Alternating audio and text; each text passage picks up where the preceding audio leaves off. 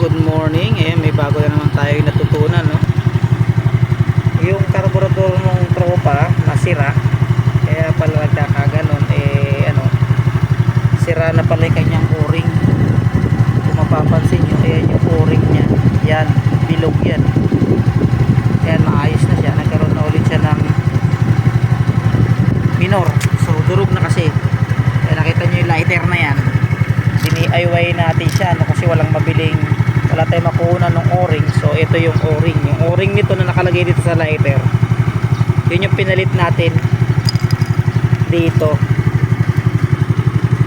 Tanggalin nyo lang to.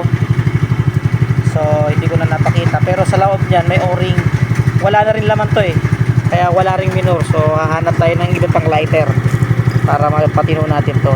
Durog na rin kasi to ang akin. So papalitan natin yan. So ayun, at least ayun, umaandar na siya, may minor na siya. Hindi katulad kanina pag binitawan mo yung kanyang silinyador, no, nawawalan ng minor. Kaya may bago na naman tayong natutunan. Buti nabuksan natin at nilinis. Salamat dito sa bagong carburetor dahil dito natutunan natin na may mga o-ring pala to. Ito ko lang nalaman na meron palang o-ring yun sa loob, no? Kailangan pala talaga buo yun. Kasi pag didurong na yan, kaya may minor na. Wala siyang minor. Papansinin nyo.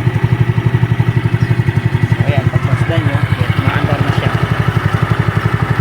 Maganda na minor. Kanina, pag binitawan mo silinyador niyan, namamatay yan. So, all goods na tayo. Follow na lang po tayo sa ating YouTube channel, no? Papawing TV.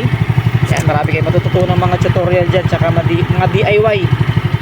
Ayan, nandyan din. Salamat!